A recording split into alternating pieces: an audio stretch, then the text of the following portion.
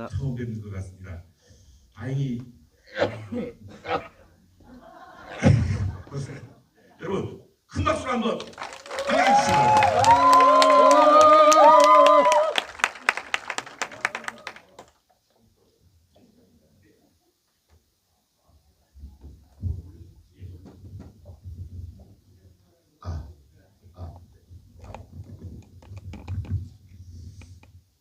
반갑습니다. 배우 이원종 다시 한번 인사드리겠습니다.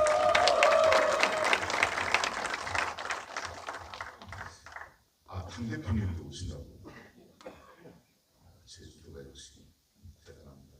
근데 이렇게 살펴보니까 당 대표가 금산 출신이세요. 충남. 예전엔 전라북도였는데 충남이 뺏어왔죠. 박수현 의원이 구욕 공주 출신 국회의원이십니다. 이번에 되셨는데 어렵게 구요가 JP의 동네예요. 그죠? 예. 김종필 씨의 동네였습니다. 그래서 예전에 중대 선거군가 2명씩 뽑을 때가 있었죠. 우리.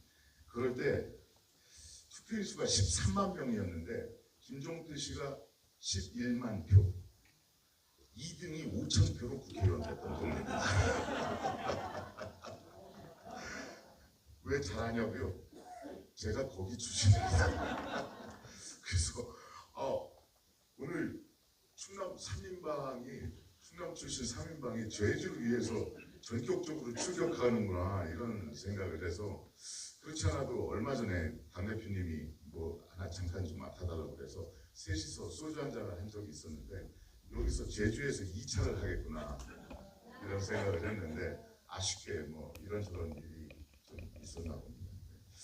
하여튼 저는 제주와 또 많은 관련이 있죠. 아시죠?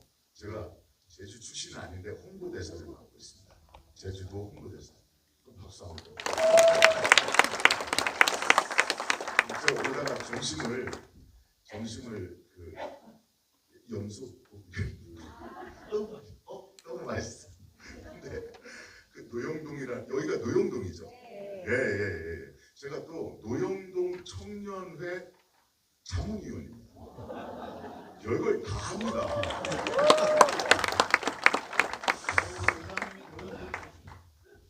예. 그래서 우리 의장님은 자주 뵙습니다. 여기 올 때마다 자주 뵙고 너무 열심히 하시고 여러 가지로 늘 감사하게 생각합니다. 그래서 제주도가 그렇게 뭐 낯설거나 우리 땅이니까 낯설거나 아니면 섬의 어떤 특색이나 이런 것들을 저는 느낄 겨를 없이 그냥 저는 여기 오면은 제주도 사람인 것 같습니다.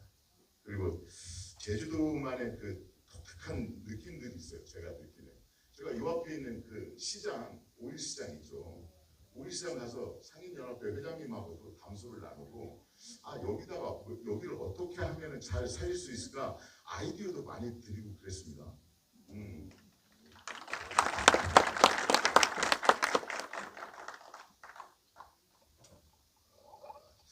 제주도 올 때마다 제가 그 사상공원에 들려서 한 번씩은 쭉 둘러보고 오곤 했는데 오늘은 밥을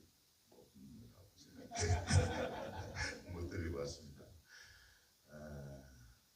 여러분 지금 제주도에서도 그 상영 중에 있는데 한란이라는 영화 혹시 보신 분? 두 분이 단체로 관람할 거죠.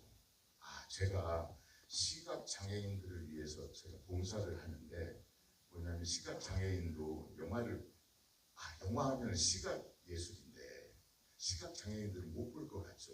근데 다 볼 수 있게 해줍니다.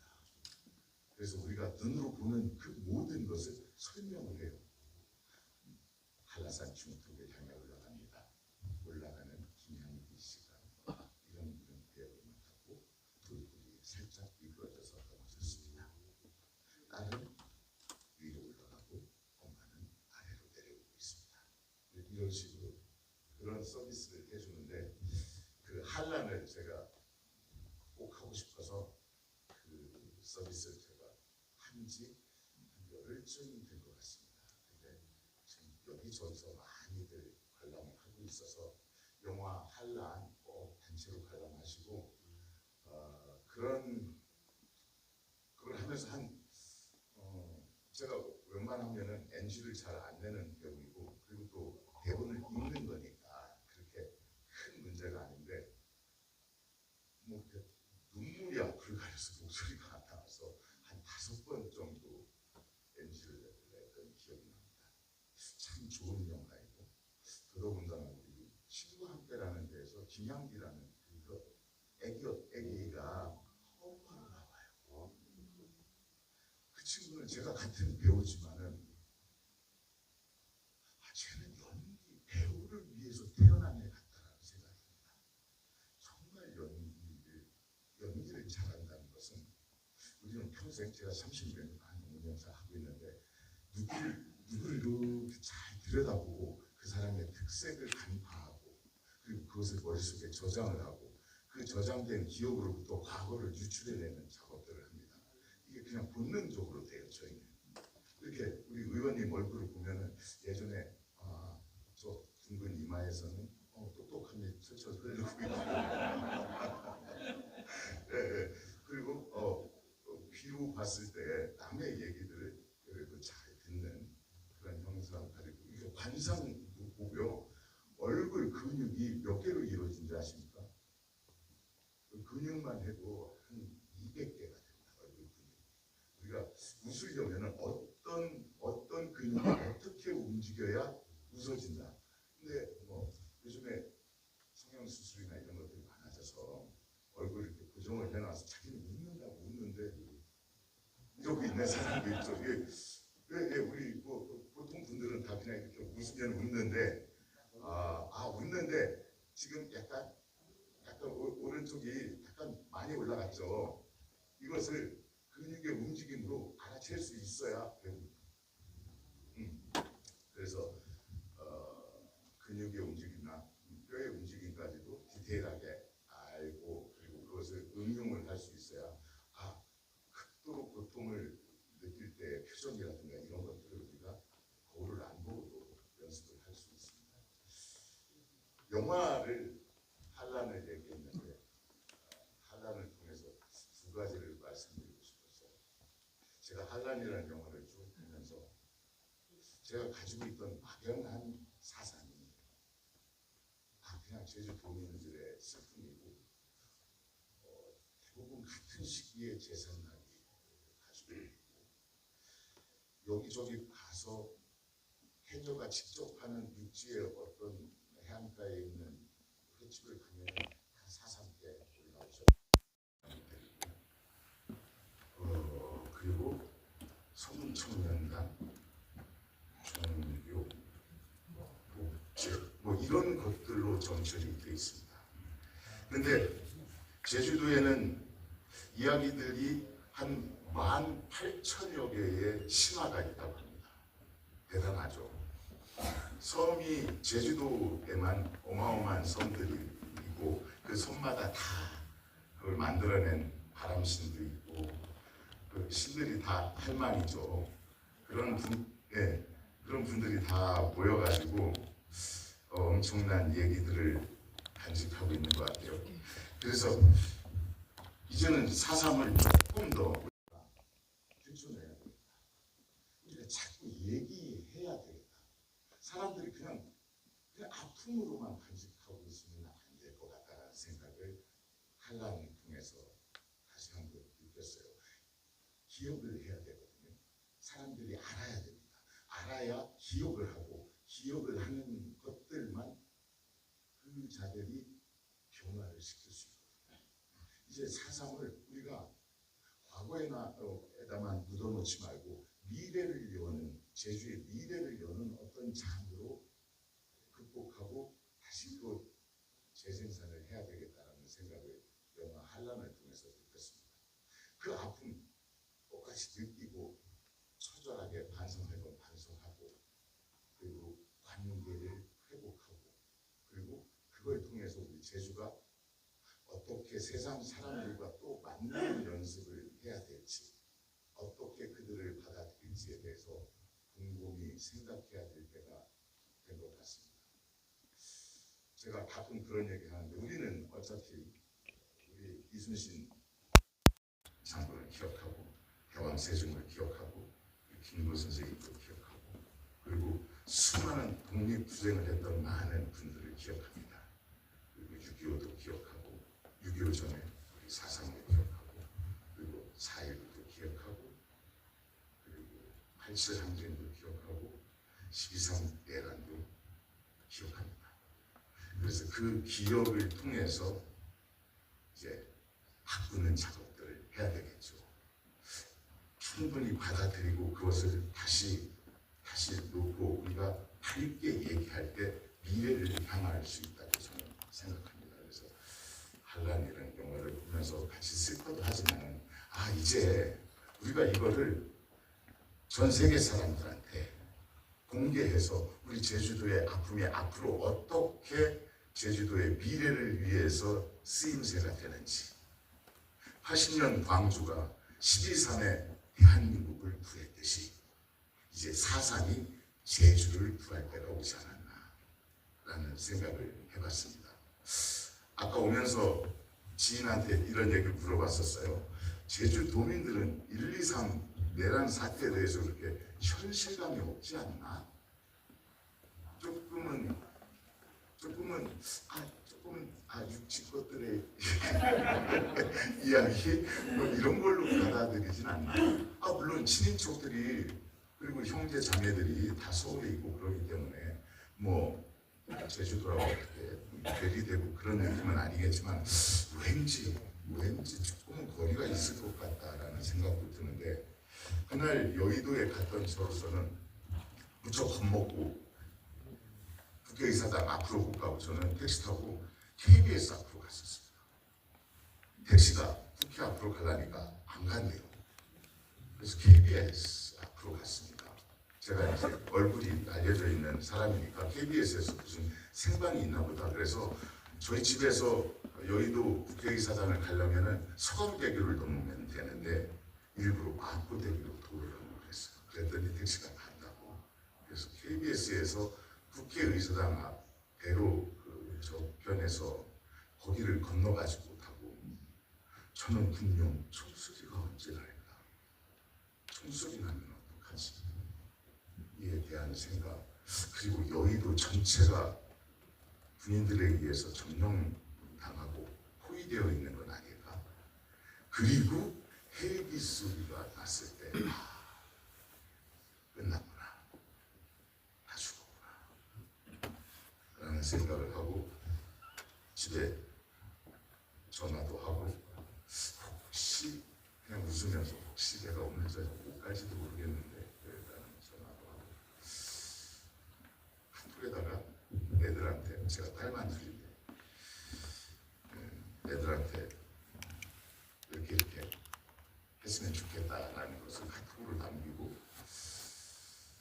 그리고 나서 조금 있으니까 해제가 됐다고 하더라고요. 저는 솔직히 국회에서 계엄을 해제할 수 있다라는 사실을 몰랐었어요.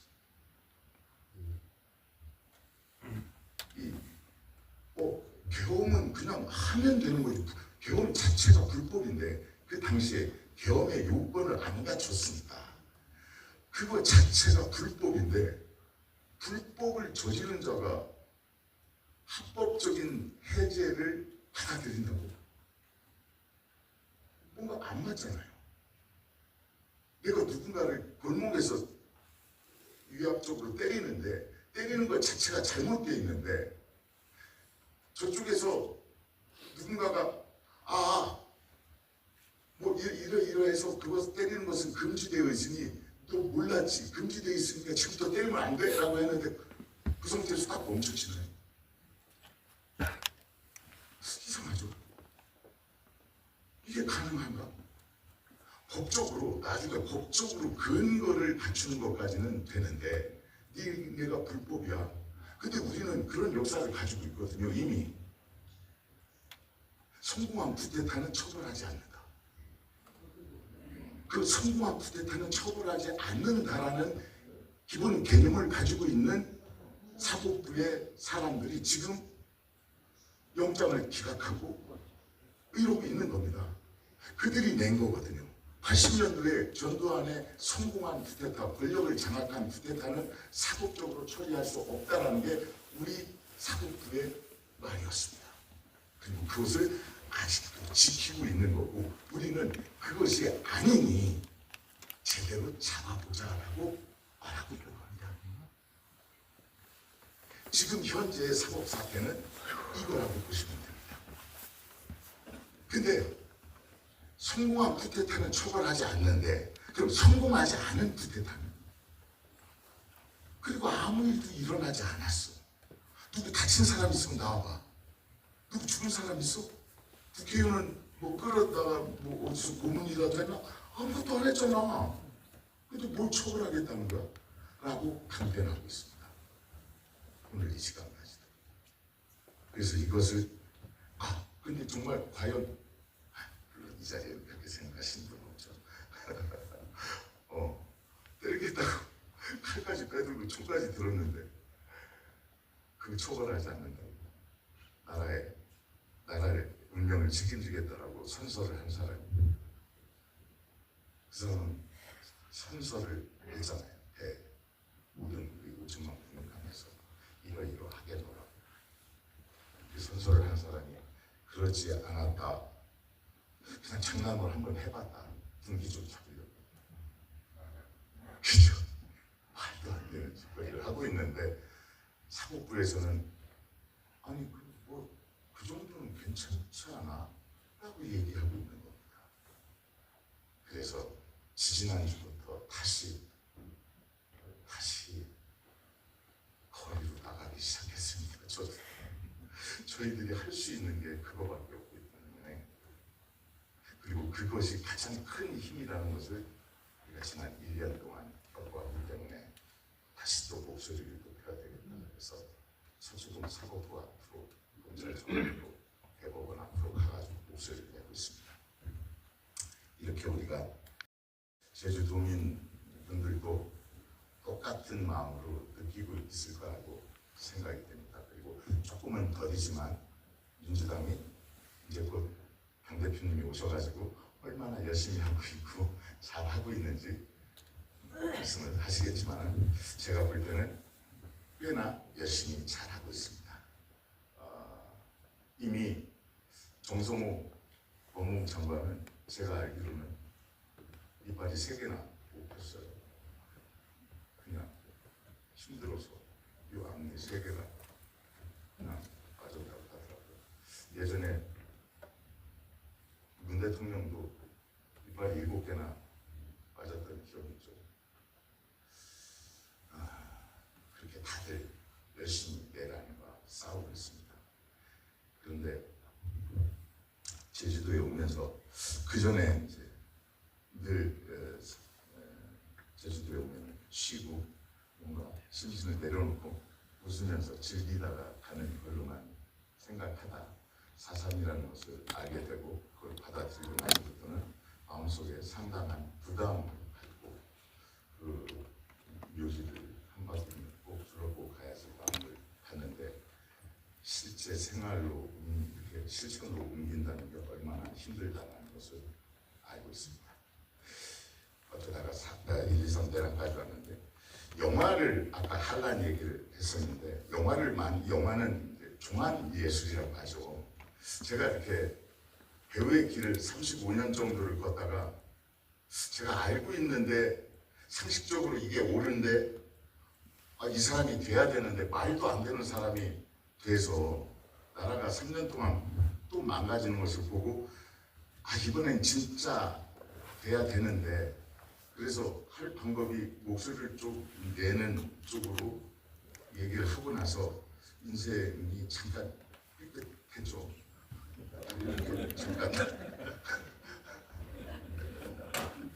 그래서 여러분 앞에 이렇게 마이크도 잡고 있는데, 그래서 이렇게 조금 더 깊숙하게 이렇게 깊숙이 들어가서 보기도 하고, 제가 이렇게 멀리 이렇게 떨어져서 민주당을 보기도 하고 정부를 보기도 하다 보니까 이 영화나 정치는 거의 비슷한 것 같아요. 정치인들은 배우와 거의 흡사합니다. 하시는 양태나 행동들도 그렇고 그 정치인들이 가지고 있는 그것을 배우들은 거의 다 가지고 있습니다. 그리고 정치인들은 웬만하면은 배우를 닮아가는 쪽으로 해야 장수를 할 수 있습니다. 아까 말씀드렸죠. 연기. 우리는 평생 태어나서 응해야 하는 순간부터 계속 연기를 하면서 살아갑니다. 우리 아버님, 저 위에 우리 아버님들, 저보다 연배가 좀 있으신 아버님들, 정말 양심에 손을 얹고 하루에 24시간 중에서 자는 시간 6시간 이런 거 빼고 최소한 7, 8시간은 연기하면서 사십니다. 그렇죠? 남들을 대할 때, 남들과 악수를 할 때, 그리고 와이프한테 얘기를 할 때, 딸내미한테 얘기를 할 때, 아들내미한테 얘기할 때 약간의 첨삭을 가해서 약간의 포장을 하고 친절을 가장도 하고 내가 보기 싫은데 그래도 악수는 해야 되고 이렇게 살아갑니다. 그 연기, 근데 그 연기가 진실되느냐 마느냐를 따진다는 게 어떤 의미가 있을까? 우리는 어차피 연기를 하면서 살아가는데 또 어떤 배우는 연기를 잘한다고 하고 어떤 배우는 연기를 못한다고 하죠. 연기를 잘한다는 건 뭘까요? 누구 비슷하게 흉내낸다? 우리 의장님을 비슷하게 흉내낸다? 웃는 느낌이나 스타일을 뭐 닮지 않았더라도 그들과 비슷하게는 할 수 있습니다. 그런다고 해서 연기를 잘한다는 소리를 듣지 않습니다. 아까 말한 김양기라는 그 어린 배우가 애를 둔 딸내미 하나를 둔 아이의 엄마 역할을 하는데 정말 진심을 다해서 해요. 그러면 어디서부터 연구를 하나 배우들은 현재 이 대본상에 이 사람의 과거에 대해서 써놓지는 않습니다. 그러면 현재를 구성하고 있는 것은 이런 말을 한다는 것은 이런 대사를 할 수 있다는 것은 과거에 어땠기 때문에 이렇다라고 등식을 성립하는 작업부터 합니다. 그러니까 아가야 엄마 금방 갔다 올 테니까 너 여기 있어. 할머니랑 여기 있어. 엄마 금방 갔다 올게 라고 대사를 하면은 이 대사를 어떻게 할 것인가. 지금 애기야 엄마 갔다 올 테니까 금방 갔다 올 테니까 여기 있어 라고 하는 사람들도 있을 거고 있어 엄마 금방 올 거야 이렇게 하는 사람도 있을 거고 울지 말고 있어 알았지? 금방 갔다 올 테니까 뚝 하고 갔다 온다 이렇게 하는 사람도 있을 거고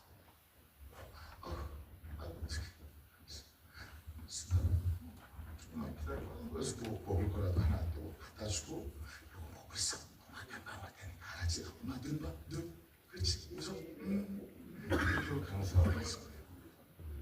수백 사람 여기에 계신 여자분들의 종류만큼 다 다릅니다. 자기 스타일대로. 그렇게 얘기를 하는 사람은 과거에 그런 사랑을 줬던 사람은 지금 주고 있는 사람은 과거에 그런 사랑을 받아본 경험이 있는 겁니다. 엄마한테 그런 교육을 받았고 그렇게 사랑을 받아봤어요. 그러니까 사랑을 받은 사람만이 사랑을 준다고 하잖아요. 애써 아무리 하려고 해도 나는 우리 아버지를 벗어나지 못하더라. 쉽지 않아요. 나는 우리 아버지만큼은 안 살아야지. 우리 엄마를 대하는 그 모습은 안 해야지. 우리 아버지가 호랑이 뛰고 우리 엄마가 토끼 뛴데 평생 토끼만 몰다가 돌아가셨는데 나는 그러지 말아야지. 그런데 가끔 아차하는 순간 몰고 있더라고요. 아차하는 순간 몰고 있어. 그러면 그렇게 합니다. 이런 대사를 할 경우에 이렇고 또 이런 대사를 누구를 토벌대를 만났어. 토벌대를 만났는데 저거 누구 아내잖아. 당신 누구지? 이렇게 대드는 사람도 있고, 그죠? 그러면은 작가가 이것을 썼을 때 이런 사람이니까 이런 종류의 말들을 쭉 연결시켜 놓겠죠. 그래서 캐릭터라는 게 생깁니다. 그리고 그 캐릭터에 맞게 진심을 다해서 그 사람이 돼서 내가 그 사람을 이렇게 데려오지 않고 내가 그쪽으로 가서 연기를 하는. 그래서 그렇게 적절하게 했을 때 우리는 연기 잘하는 배우다라고 합니다. 그럼 이 정치인은 어떻게 해야 연기 잘하는 정치인이 될까요? 의장님.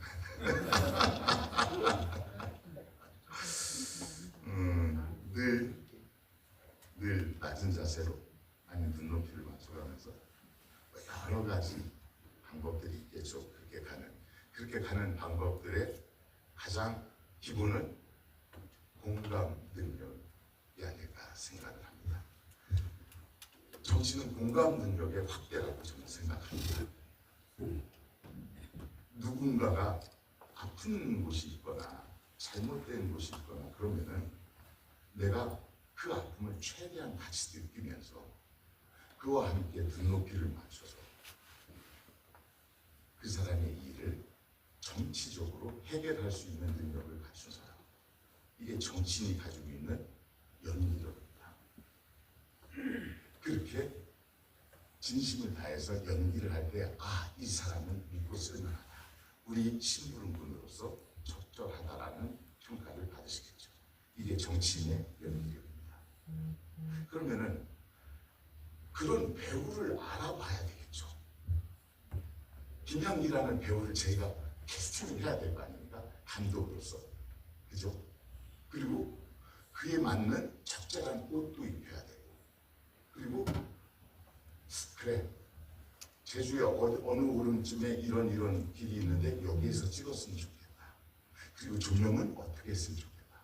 자연광이 어떻게 이 잎사귀 사이로 막 스며드는 그런 태양빛을 어떻게 표현하면 좋을까를 다 갖춰서 미리 가보고 그렇게 해서 종합예술로 만들어냅니다. 정치도 똑같습니다.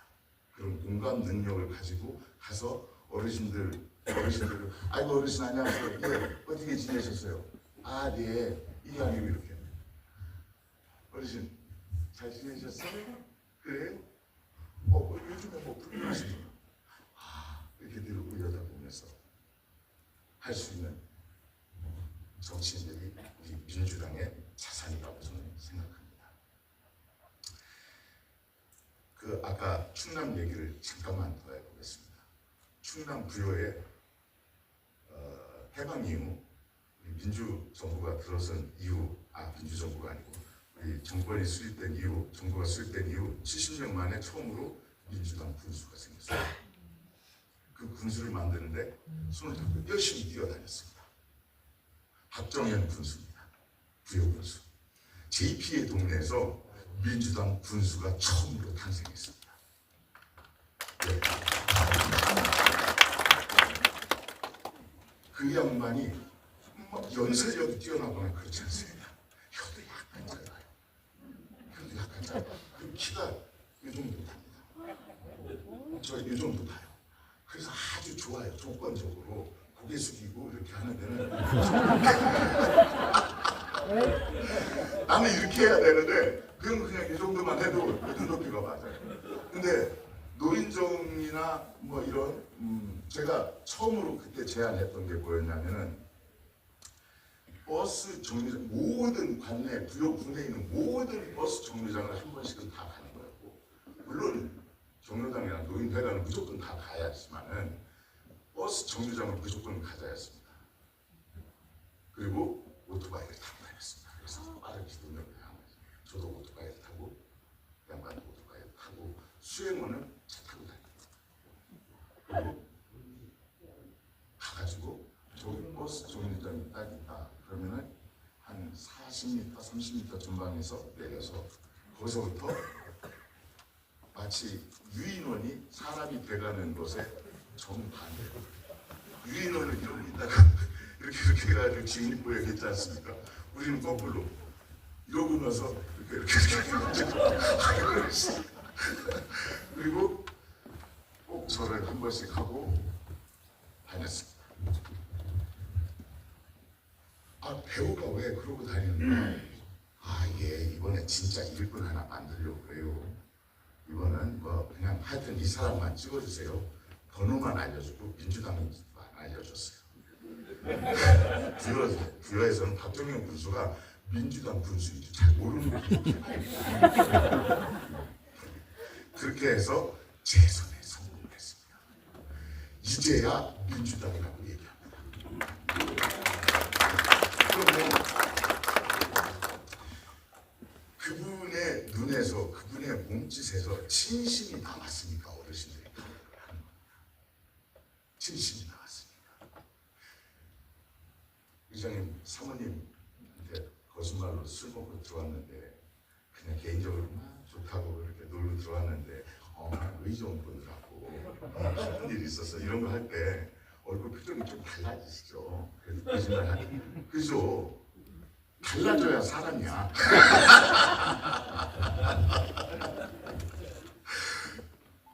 저도 연기를 하는 사람이지만 연기를 하는 것으로 밥을 먹고 살지만 집에 가서 와이프한테 거짓말 할 때는 정말 연기가 안 돼요.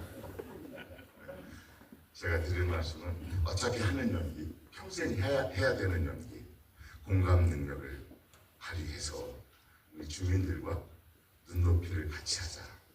그렇게 실천해 가는 것이 우리 민주당 의원님들이 반드시 해줘야 되고 그런 사람을 우리 일꾼으로 뽑아야 된다라고 생각이 듭니다. 제가 민주당원이 된 지 꽤 됐습니다. 그때는 1,000원씩 내다가 또 양심에 좀 더 잘 됐으면 좋겠다. 그래서 2,000원으로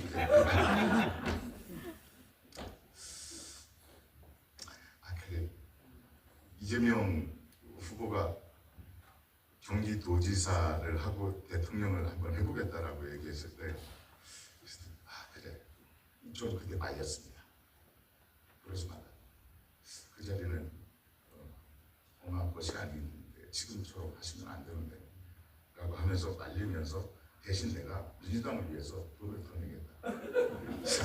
5만 원으로 그때 5만 원으로 저는 정말 민주당이 저를 위해서 돈을 준 적은 한 번도 없었어요. 5만 원 올렸어요. 제가 이재명이라는 분을 처음 만났을 때가 성남에서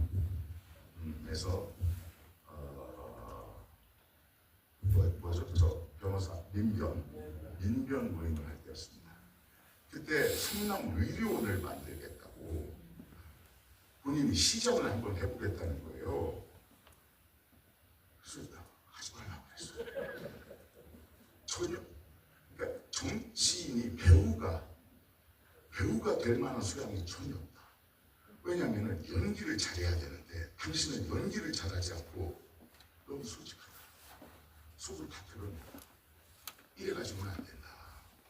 연기를 내가 좀 싫더라도 앞에 나와가지고 웃을 수 있고 남의 손도 내가 좋아하지 않는 사람의 손도 잡고 때로는 그 사람한테 고개를 숙이고 이게 정치인데 그리고 최악이 아니게 차차 악이라도 협의를 해서 둘이 합의를 해서 차차악이나 차악이나 뭐 조그만 선이라도 조금이라도 들어가 있으면 그렇게 만들어야 되는데 당신 웃기지 않나 끝까지 안 된다.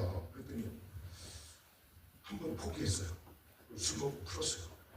근데 그 다음번에 다시 왔어요. 같이 술 먹다가 우리가 아무리 민변에서 우리 시민단체에서 아무리 죽으라고 해봤자 안 되더라고. 이게 우리가 의료원을 만들면 우리가 좋다는 거냐 아니지 않느냐.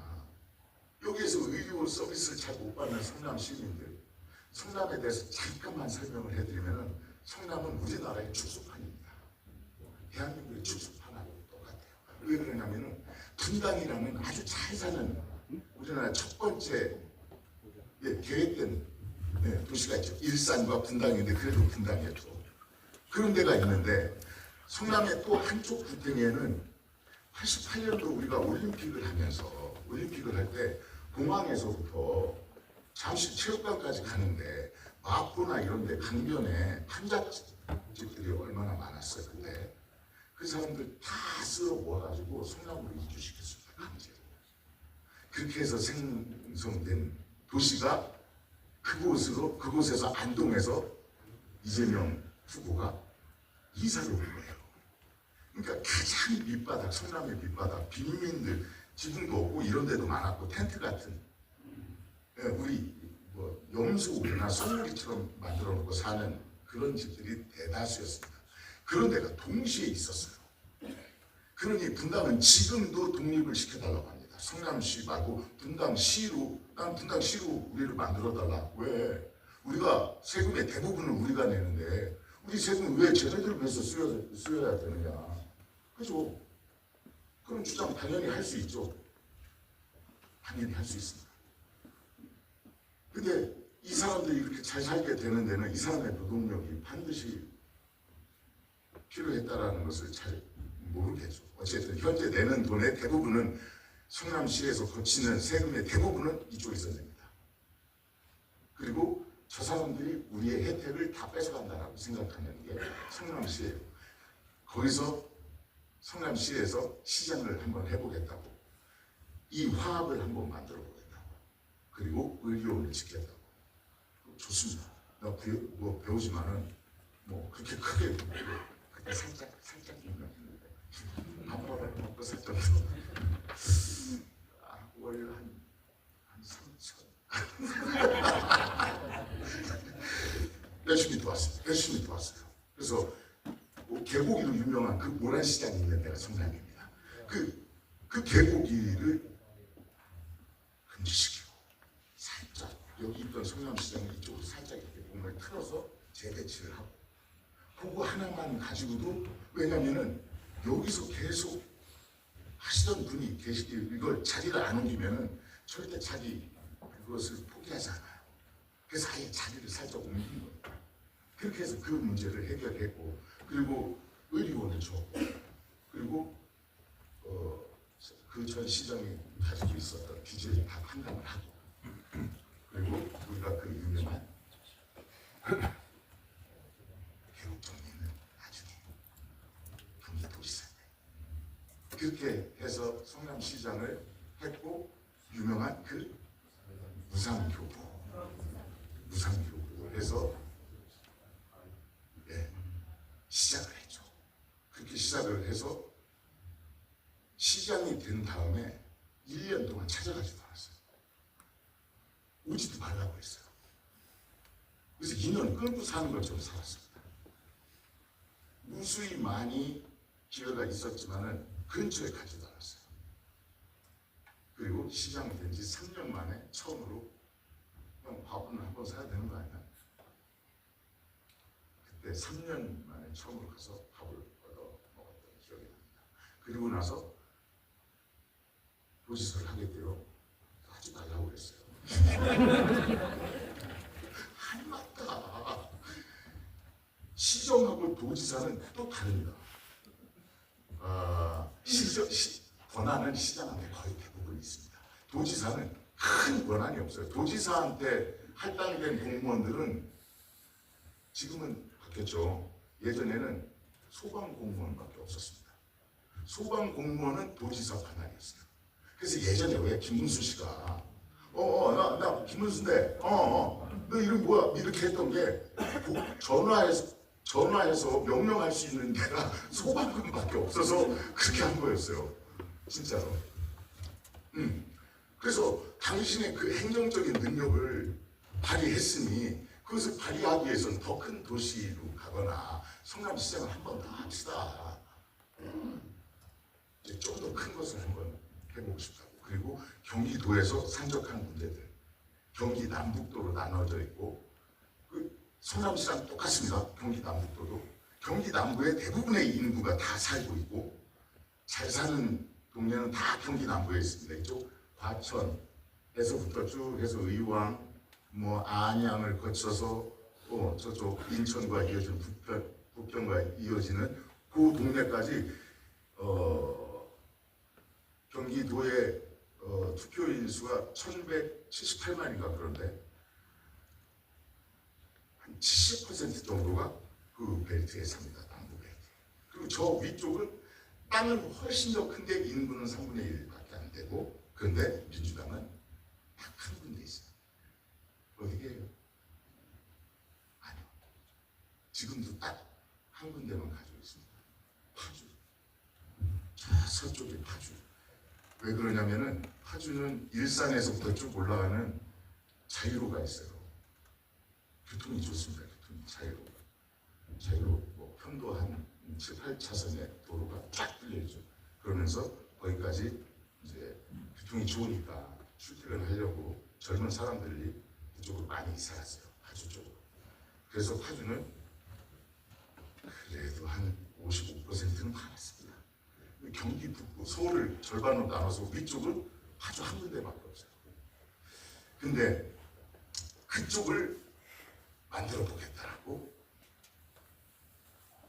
민주당 대표로 만들어 보겠다고 야심차게 해서 지난 대선 때 어쨌든 열심히 뭐 의원이나 시장이 많이 있지는 않지만은 어쨌든 약 40%가 넘는 표를 얻었습니다. 연천이나 이런 휴전선하고 접경 지역 이런 데는 17%, 21% 이렇게 나오던 분이었어요. 그것을 40% 수준까지 올려놨습니다.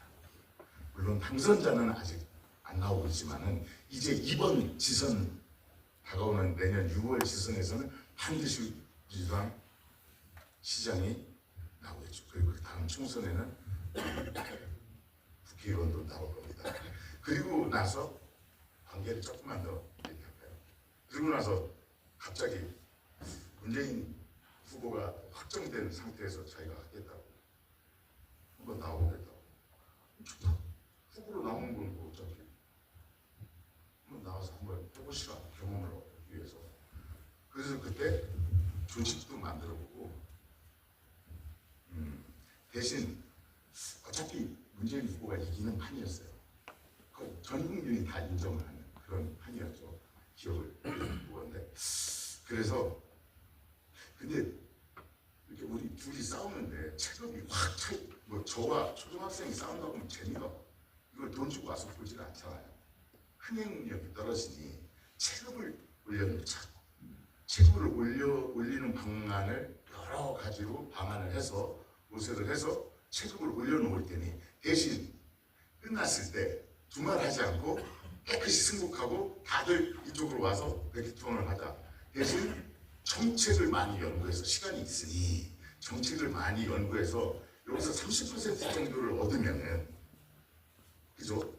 예를 들어가지고 6대 3, 5.5대 3.5 뭐 이런 식으로 해서 쳤어요. 그러면은 그 중에서 괜찮은 정책 한 두세 개는 들어주지 않을까? 이런 얘기를 했던 기억이 나요. 그러면서 80년대 운동권을 다 뿔뿔이 흩어져 있던 운동권들을 한 군데 모아봤습니다. 그래서 백범회관이라는 용산에 있는 백범회관이라는 곳에서 약 5,000명 모였습니다. 83학번, 84학번, 82학번 선배님서부터 83, 84, 85, 86 학번까지가 87, 60만 세를 이끌었던 세대입니다. 6대 운동하다가 한 번이라도 잡혀가지고 빵에 갔던 사람도 상 모았어요. 각지에서 다들 조금씩은 알고 있습니다. 한 명 거치면 두세 명은 또 알게 되고 이렇게 해가지고 5,000명이 모여서 성명서를 냈습니다. 그리고 이재명 후보를 모셔다가 연설을 한번 듣고 그때 1시간 반 정도의 연설을 마이크 한 번도 안 넣고 쪽지 하나도 안 보고 1시간 반을 정말 멋진 연설을 해냈어요. 이재명 후보가. 제가 그 영상을 가지고 있는데 아직 공개는 안 하고 있지만 어쨌든 대단한 영상이었습니다. 다 감복했어요. 그리고 대신 우리는 그것을 약속을 받았어요. 아까 말씀드린 깨끗이 승복하고 그리고 정책을 최대한 밀어넣기 위해서 노력한다.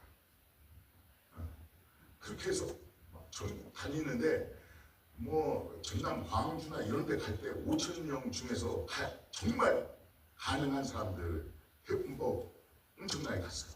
500명, 300명 각자 버스 대절 안 하고 KTX 타고 버스 타고 자기 자가용으로 그렇게 가서 300에서 500명씩 다 체육관에 다 들어가서 이걸 했어요. 갑자기 올라왔죠. 그때 지지율이 10몇 %였던 지지율이 30몇 % 정도까지 쭉 충남을 통과할 때는 그 정도까지 올라갔습니다. 딱 그러니까 어떻게 됐었죠? 눈빛이 바뀌었죠. 눈빛이 바뀌었어요. 그래서 이길 수 있다라는 생각을 하더라고요. 이기겠대. 뭐지? 오, 이러다가 이기겠는데? 내가 후보대 이런 마음이 확 들어가죠. 눈빛이 달라졌었어요. 기억나시죠? 여러분. 그게 다 우리 뭐 이런 것은 아니지만 어쨌든 체육관에서 제주도 체육관에 한 명을 열성적으로 응원하는 500명, 300명 정도가 확 들어가면 분위기가 확 바뀝니다. 진짜. 네. 그렇게 해서 그때 처음으로 역사자들을 한번 했어요. 왜 그러냐? 눈 풀어. 그 자리는 당신 자리가 아니다. 우리 약속했지 않느냐. 왜 그러시냐고. 못 이긴다. 그리고 이겨서는 안 되는 거야. 이겨서는 안 된다라는 어폐에 있는 말을 나도 모르게 내뱉었고 실질적으로 이기지도 못해요. 죽으라고 올라가봤자 요것만 조금 좁힐 뿐이지 절대 못 이기는 판대기였어요. 근데 눈빛이 들어가죠. 그래서 절연합시다. 그래서 백반백반에 있던 사람들 그 다음 장수성도 싹 뺐습니다. 하지 말자. 이상하다. 권력이 한번 한번 돌면은 의원님도 잘 아시죠? 사람이 완전히 달라져. 그리고 그것을 그때 정치적으로 맨 처음에 사형선고는 그때 당했었습니다. 그리고 이재명은 잊혀질 줄 알았죠. 근데 그것을 자기 조직을 그때 손가락 혁명이라고 손가혁이라고 했습니다. 제가 손가혁 근데 스스로 손가혁을 해체했어요. 그럴 필요 없다. 스스로 해체하고 다시 경기도지사에서 열심히 일하고 좋은 정책을 내고 그때 계고 정비를 하고 그래서 일 잘하는 사람으로 일 잘하는 행정가로 천천히 1%, 2% 정도의 지지율을 가지고 대통령 다음 차기 후보로 누가 거론되냐 할 때 1%에서 5% 정도 차지했었습니다. 그리고 우리는 한동안 안 만났어요. 내가 처음에 말했죠. 당신 정치하면 안 된다고. 내가 그때 성남 시장 나간다고 할 때 하지 말라고 했잖아. 정말 이렇게 삿대질을 하면서. 근데 물론 이렇게 사람 없는 자리에 있었습니다. 그리고 나서 그 다음 천천히 자신의 능력으로 그것을 증명해 보이면서 국민들의 지지를 얻기 시작했죠. 그리고 나서 본인이 와서 다시 무릎 꿇고 같이 합시다. 당위성이다. 나를 도와줄 당위성이 이제 나는 얼마든지 얘기할 수 있다. 그렇게 저 같은 사람한테도 찾아오고 그 이재명 대통령이 만날 수 있는 거의 모든 사람들을 그렇게 1대1로 찾아다니면서 다 눈을 마주치고 얘기를 했습니다.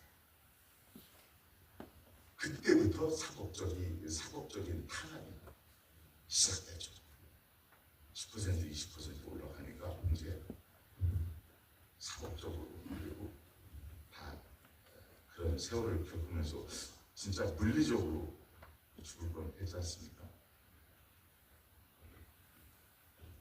제가 볼 때는 한 네 번 정도는 죽은 것 같은데 이건 어떻게 설명이 안 돼요. 어떤 우리 뭐라고 하지? 여사님 여사님도 이해를 못합니다. 설명이 불가능하다.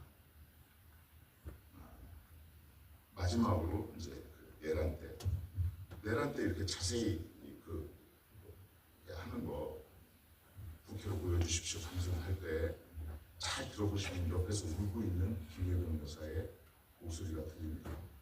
저는 그 목소리 듣고 갔어요.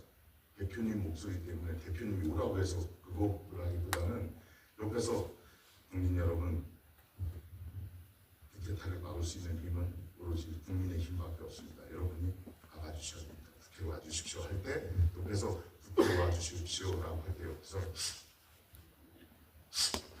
이 목소리가 들려요.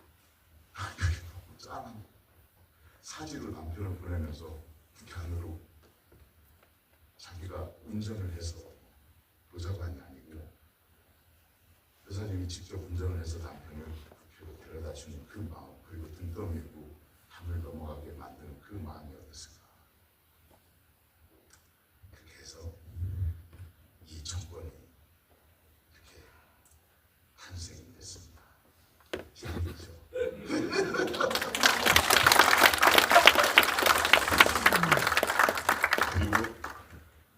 그리고 나서 누가 원종이가 뭐 문체부 장관 된다고 막 이런 소문이 나고 그랬었다며요? 오, 될 줄 알았어요?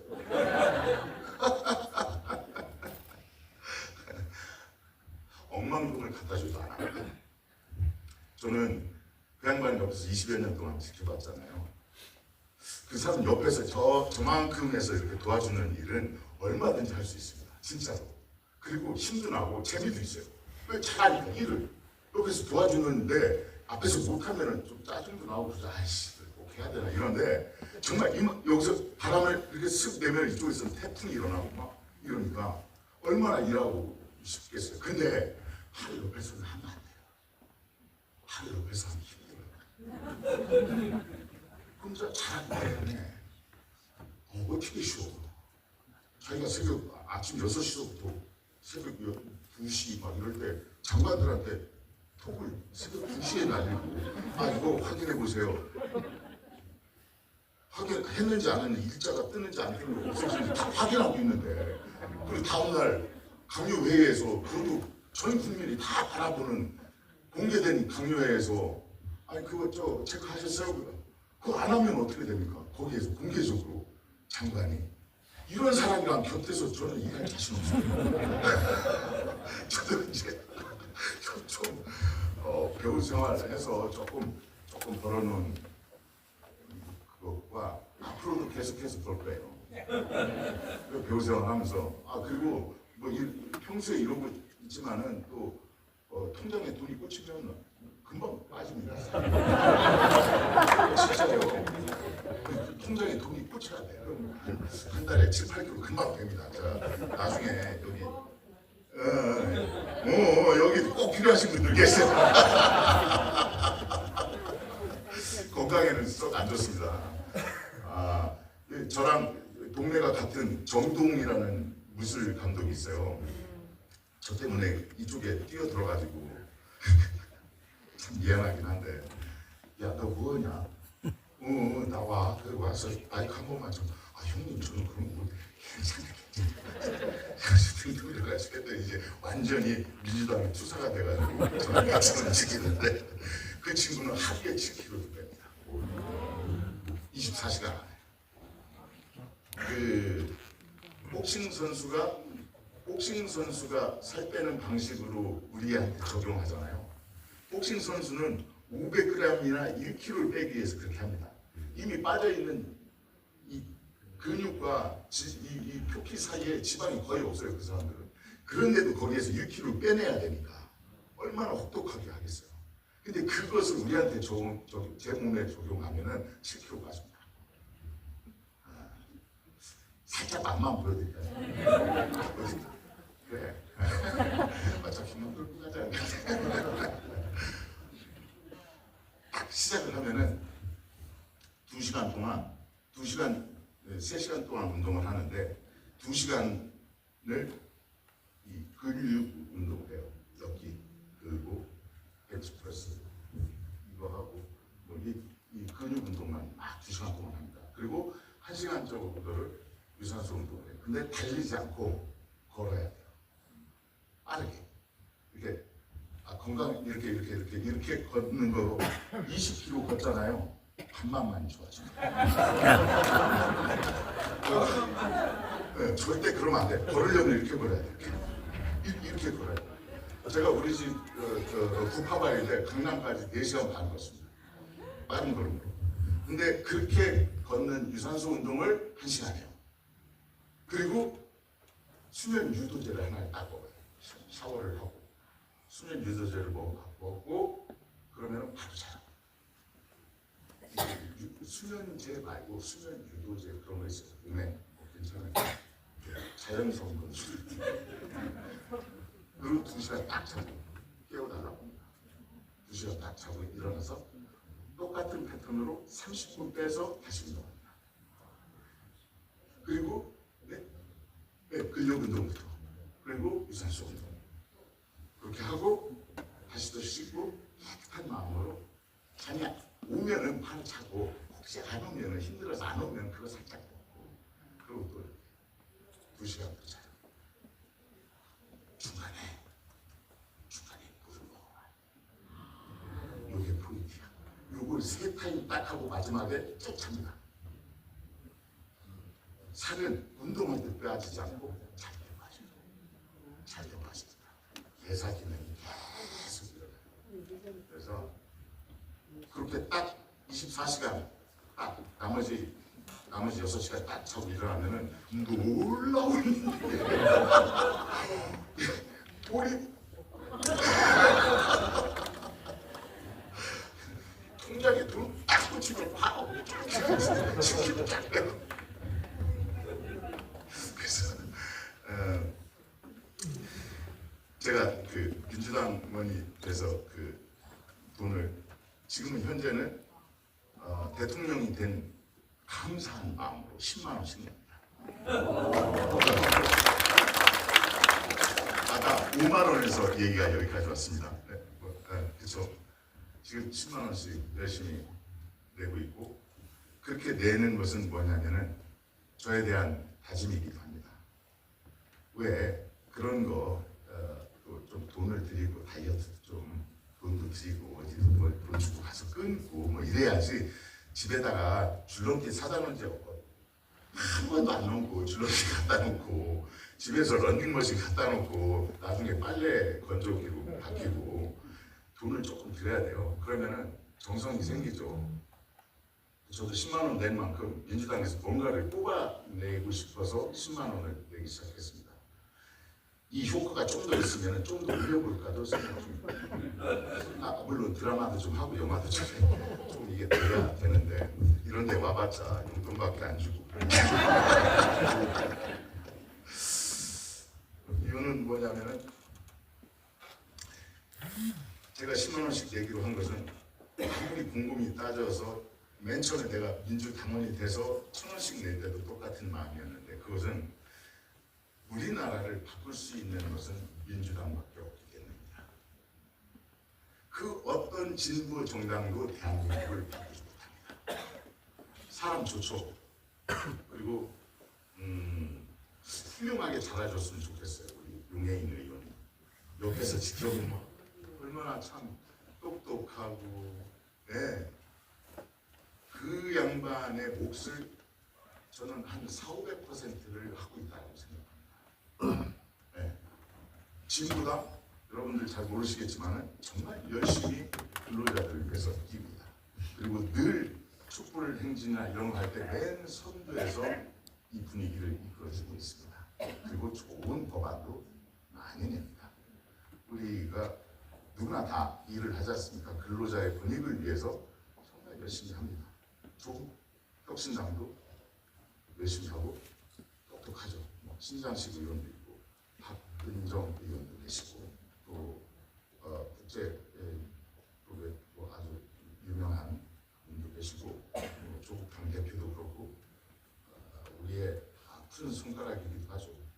우리 그 얘기는 또 나중에 해야 되겠지만 그런데 그런 진보 정당을 다 합쳐서 우리나라를 1도 못 움직입니다. 제가 판단한 것은 그렇습니다. 1%도 바꿀 수가 없어요. 거기에서는 어떻게 소문을 타고 갈지 모르겠지만 조국 당대표가 대한민국을 위해서 조금이라도 움직이고 싶으면 민주당원으로 들어와야 돼요. 저는 그렇게 생각합니다. 와가지고 뭐 열심히 경쟁하면 되죠. 대신 들어올 때 뭐 막 그냥 이렇게 들어오면 안 되죠. 그렇죠? 우리가 해놓은 게 있는데 아니 우리 갯돈을 지금까지 얼마를 내놨는데 갯돈이 한 10억이 쌓여 있는데 공짜로 들어와서 지금부터 나는 낼래 이건 아니잖아요. 그죠? 그럼 그 정도는 내야 돼요. 예를 들어 10억 정도 낼 생각을 하고 들어와야 하는 그런 생각을 합니다. 용해인도 그래요. 그러니까 열심히 했으니까 한 7억? 쇼크 치는 거죠. 네, 5억? 나는 5억까지 된다고 봐. 우리 민주당 차사님 100억이라면 예를 들어서 그렇습니다. 국힘당도 예전에는 우리나라를 바꾸는데 예전 한나라당, 새누리당을 할 때 꽤 많은 역할도 했습니다. 좋은 쪽으로 역할도 많이 했어요. 이 정치사를 이렇게 연구하시는 분들한테 얘기를 들어보면은 양당 체계에서 그 당이 해놨던 것들도 상당히 있습니다. 우리가 어쨌든 합의제였고 그러기 때문에 충분히 그들의 능력도 있었어요. 근데 지금은 우리를 바꿀 수 있는 좋은 쪽으로, 여기서 좋은 쪽으로 치면은 일도 없다고 생각이 듭니다. 이제는 그 기능을 스스로 던져버렸고 차버렸어요. 제가 가끔 이런 데 보면은 설문을 조사를 꼭 한 번씩 하는데 지금 타이밍 같아서 한번 해보겠습니다. 제주도민들은 어떤 생각을 가지고 계신지. 여기 계신 분은 우리 민주당을 사랑하는 분들이고 국힘에서 오신 분들이 있으면 빨리빨리 손주세요. 여기가 가운데입니다. 가운데에 제가 서 있고 여기 우쪽, 이쪽이 좌측입니다. 오른쪽으로 하나, 둘, 셋, 넷, 다섯 이 정도라고 치죠. 왼쪽으로도 한 5 정도가 있습니다.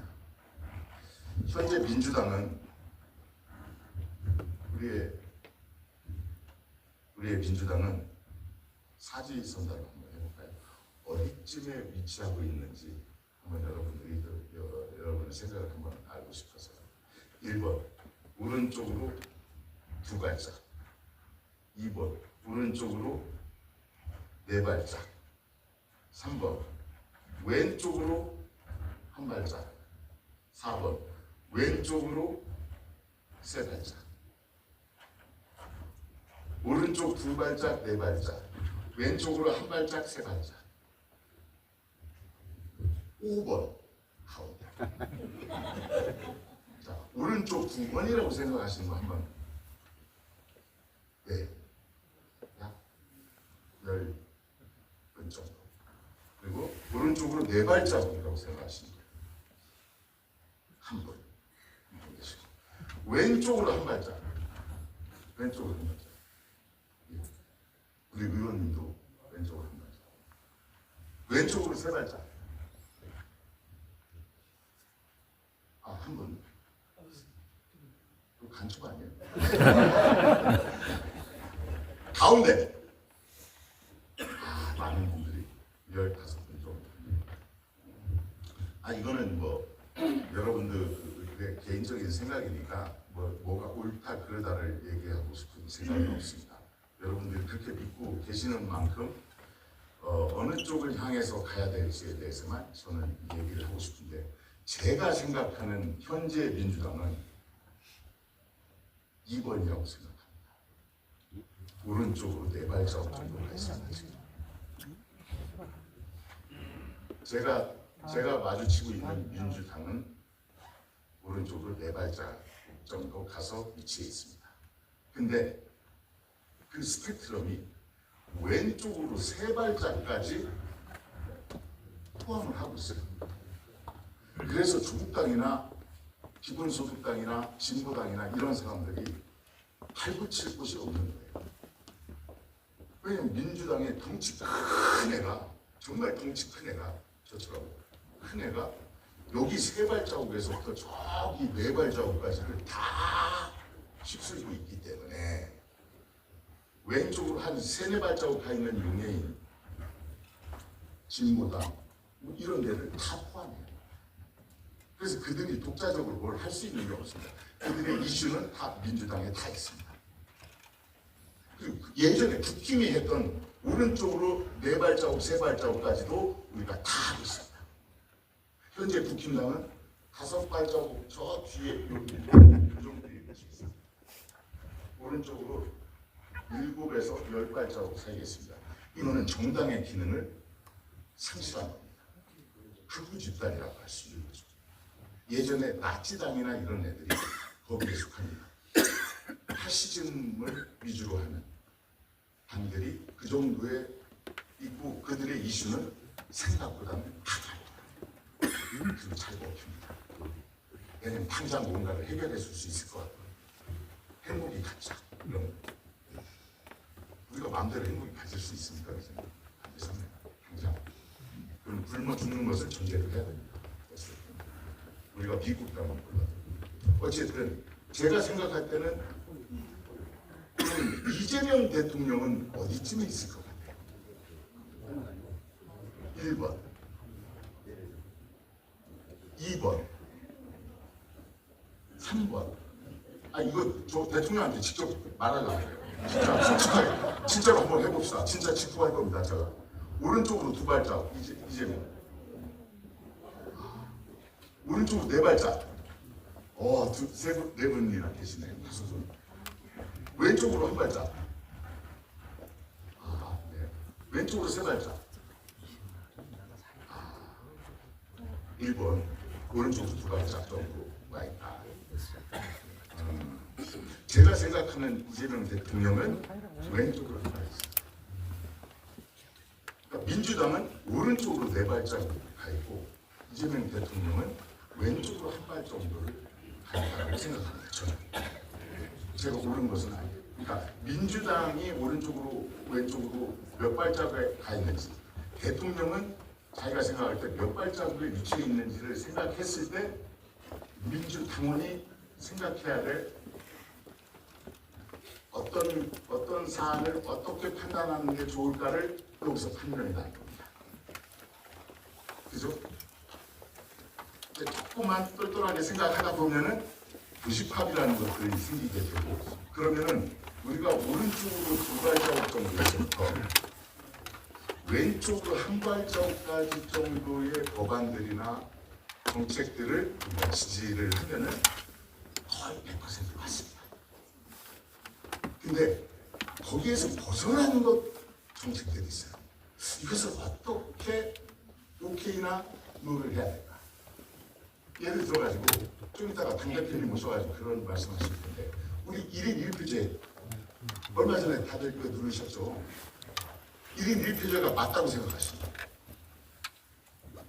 아니다, 현행 체제가 맞다.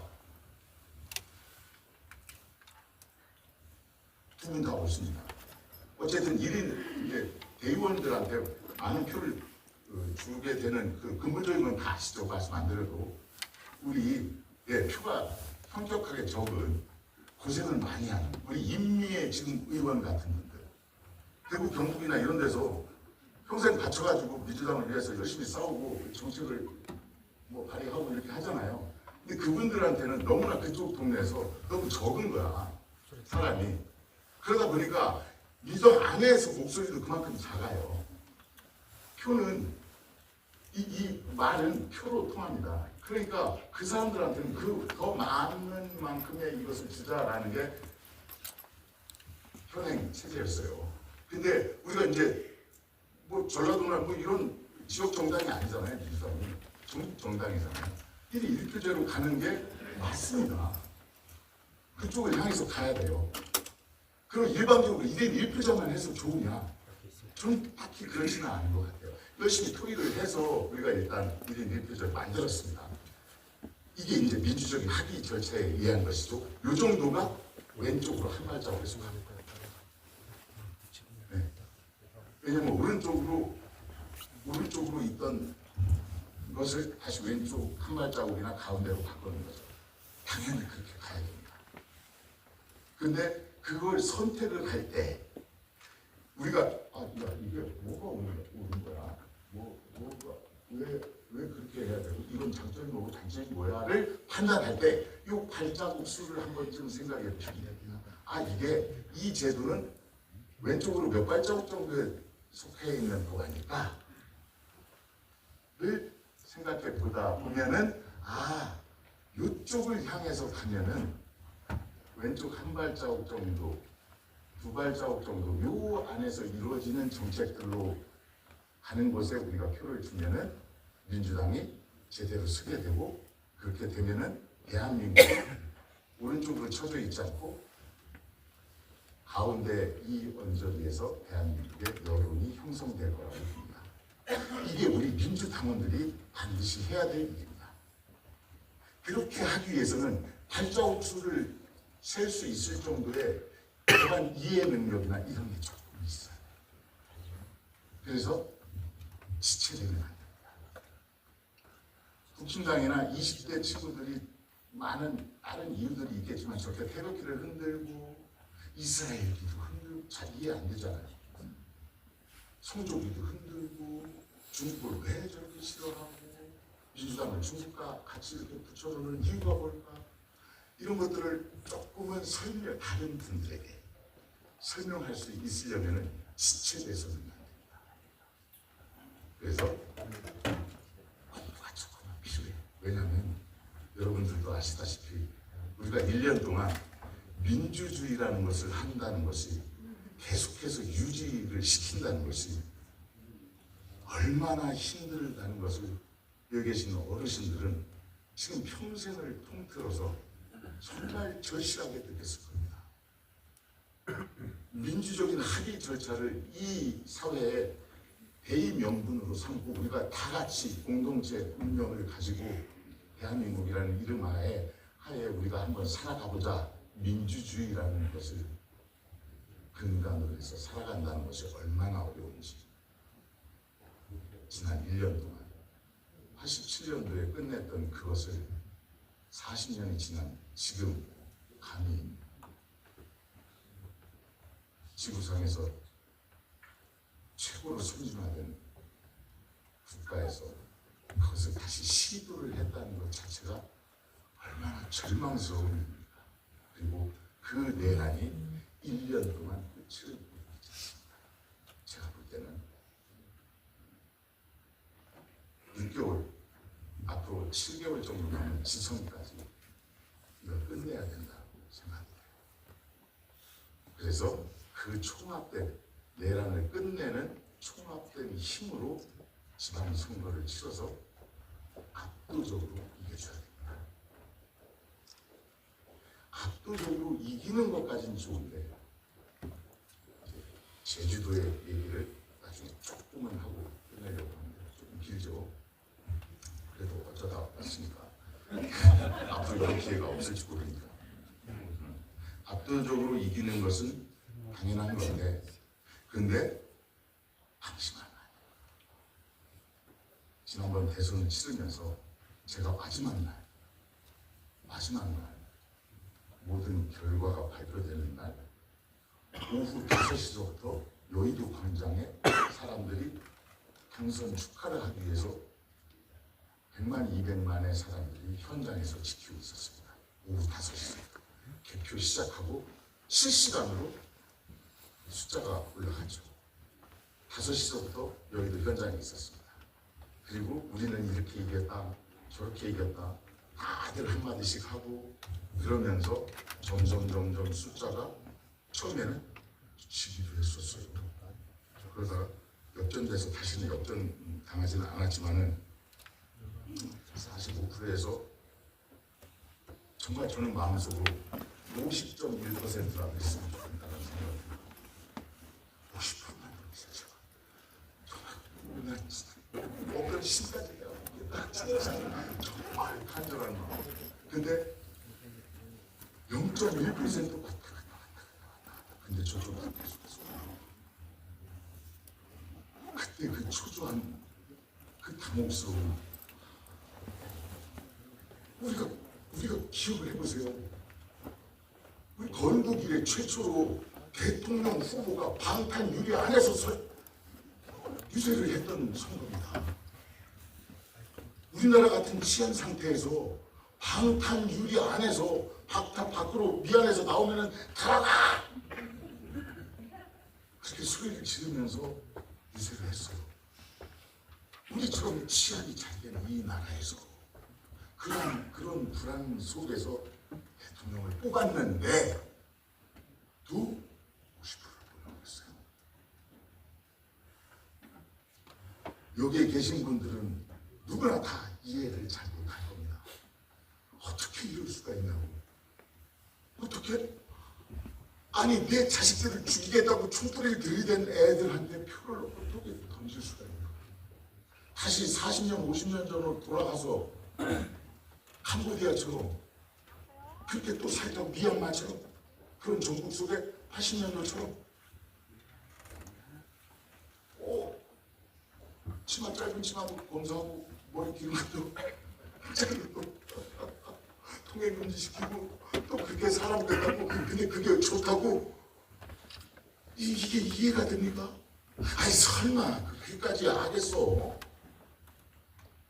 라고 생각하시는 분들이 49%였어요. 그들과 우리는 운명적으로 같이 살아가야 합니다. 그들과 손을 잡고 박수하고 웃고 연기를 하면서 살아가야 합니다. 한 명이라도 배우기 위해서 열심히 투쟁을 하면서 절대 긴장의 끈을 놓아서는 안 된다. 반동 세력은 어느 사회나 늘 있고 그들은 호소력이 아닙니다. 그냥 타집편적. 아니 북한은 한국이 가지고 있는데 그거 이기려면 우리도 있어야지. 너 그렇게 안 생각해? 맞잖아. 애가 팬데. 네가 도장을 당해든지 네 등치를 키우든지 아니 뭐 배를 내놓고 한번 째든지 뭐 각오가 있어야지. 뭐 그것도 못할 거면서 뭐 나란 일을 얘기해.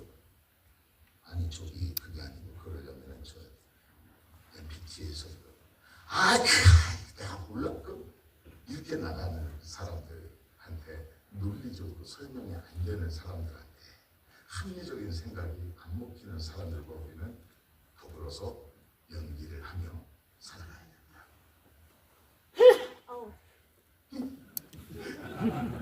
이게 우리의 현실이고 이 현실을 직시하고 그리고 늘 긴장 속에서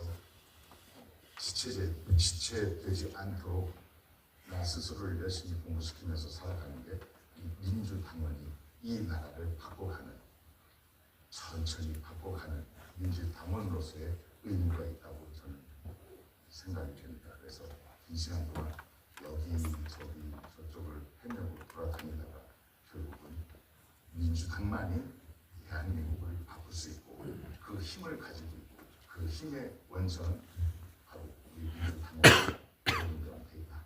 그리고 민주당원인 여러분들은 절대 지체되지 말고 열심히 공부하고 그리고 아진 쪽에 있는 사람들과 공감대를 형성하면서 살아갑시다. 이게 마지막 말씀이었습니다. 고맙습니다.